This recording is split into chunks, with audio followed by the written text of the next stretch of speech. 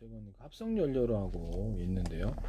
합성연료는 수소와 이산화탄소를 반응시켜서 연료가 되는데요. 수소를 뭐 태양광이나 뭐 이렇게 풍력이라든지 뭐 다양한 방식으로 재생에너지로 만들어 가지고 포집된 이산화탄소를 반응을 시켜 가지고 연료를 만드는데 기존 내연기관차에 바로 사용할 수 있다고 합니다. 그래서 이런 수소와 이산화탄소를 직접 합성한 연료는 화학연료로 사용되는데 메탄올 있고 합성석유 같은 거를 롯데케미칼, SK케미칼 등에서 포집한 CO2를 활용하여 이산화탄소가 양이 어느 정도 되는지 그것도 궁금하네요. 네. 석유화학 제품이나 연료로 전환한 연구가 활발하다. 대기 중에 이산화탄소 뽑았으면 우리 호흡하는데 지장이 이렇게 식물들 호흡이라든지 지장이 없나? 네네. 양을 뒷받침을 할 수 있는 이산화탄소를 어디서 얻을 수 있을까요? SK 롯데케미칼, SK케미칼에서 하더라도 자동차가 몇 대인데 예, 참 의심스럽네요. 네. 그래서 다시 이산화탄소를 배출하더라도 탄소 배출량은 최대다 이렇게 나와 있는데 기존 화석연료 대비 연료 생산 비용이 높다 이렇게 나와 있는데 그래서 상용화를 위해서 연구 중이다 나와 있습니다.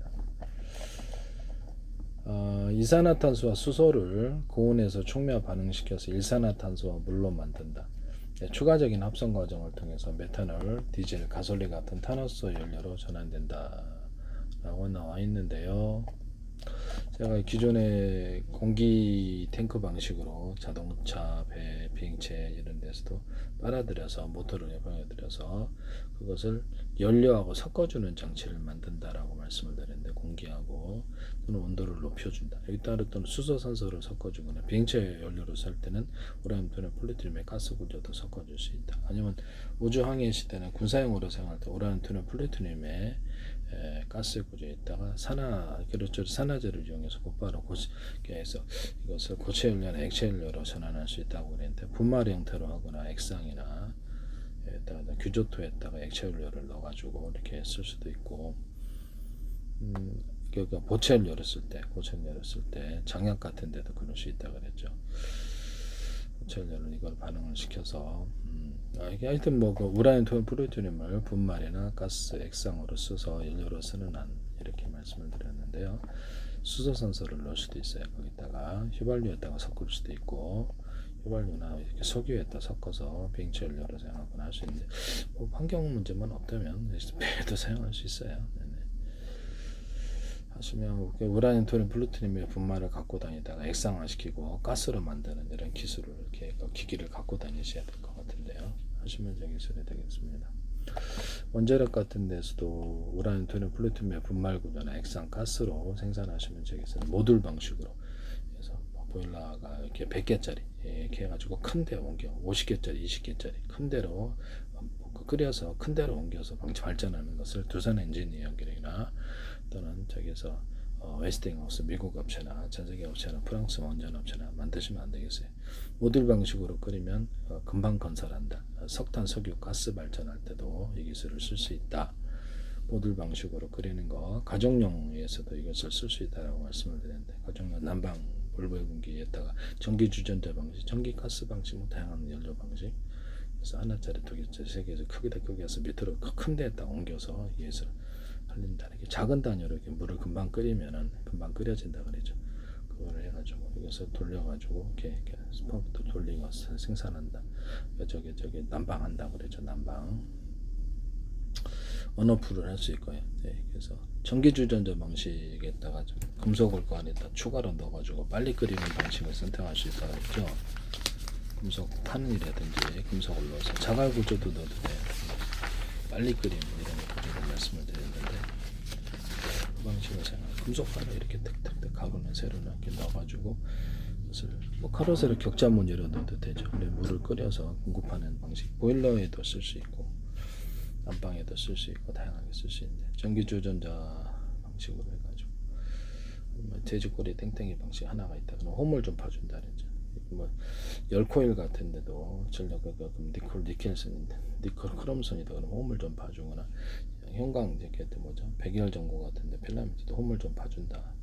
발열이 좀 이렇게 좀 있지만 밝아진다라고 말씀을 드렸는데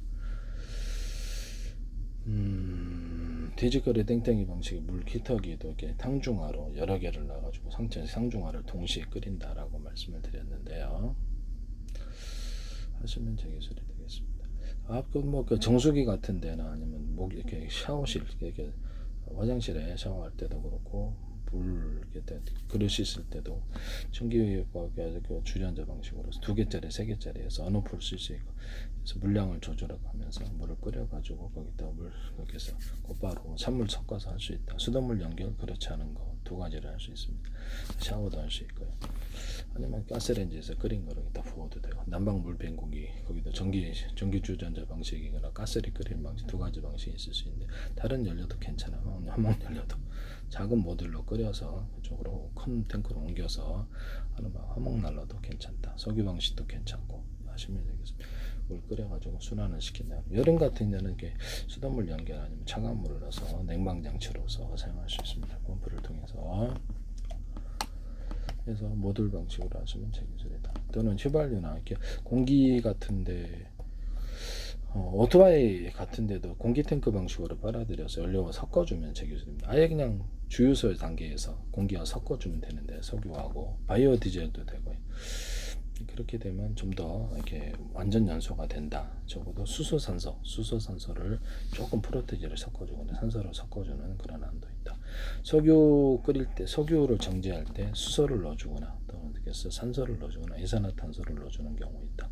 수소산소나 아니면 이산화탄소 상중하로 넣어준다. 이렇게 넣을 때 그렇게 해가지고 하시면 제 기술인데, 콜라 또는 제조법, 탄산 집어넣을 때 음료수 제조, 맥주 이런 데도 탄산을 집어넣을 때 상중하로 넣는 기술. 그래서 온도를 낮춰서 안정화시킨 다음에 다시 또 2차, 3차로 해서 탄산을 집어넣어서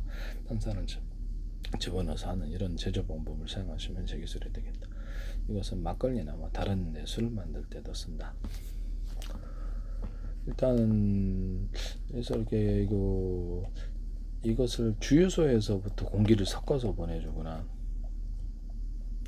주유소부터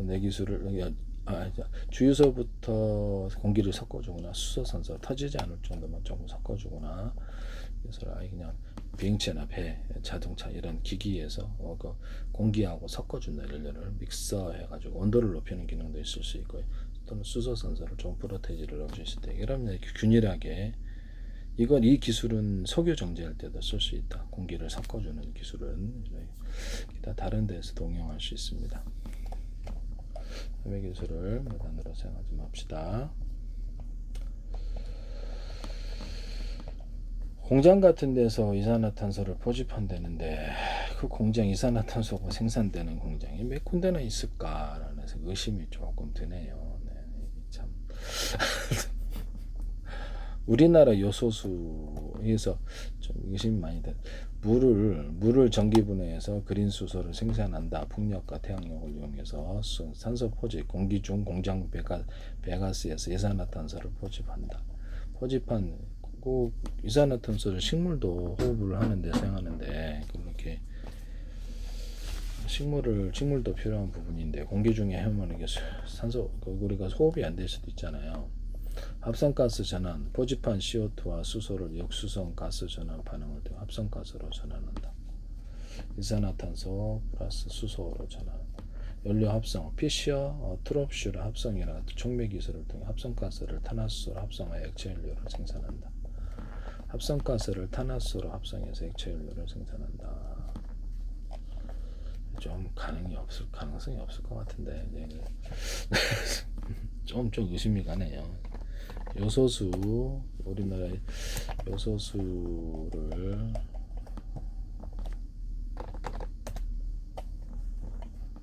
요소수는 고순도 요소 32.5%와 소순수 67.5% 혼합하여 만든 수용액인데요. 이거를 디젤 자동차의 선택적 촉매 환원 장치에 사용이 됩니다. 그래서 이거를 배기가스 중에 질소 산화물을 무해한 질소와 물로 분해하는 촉매제 역할을 하는데요.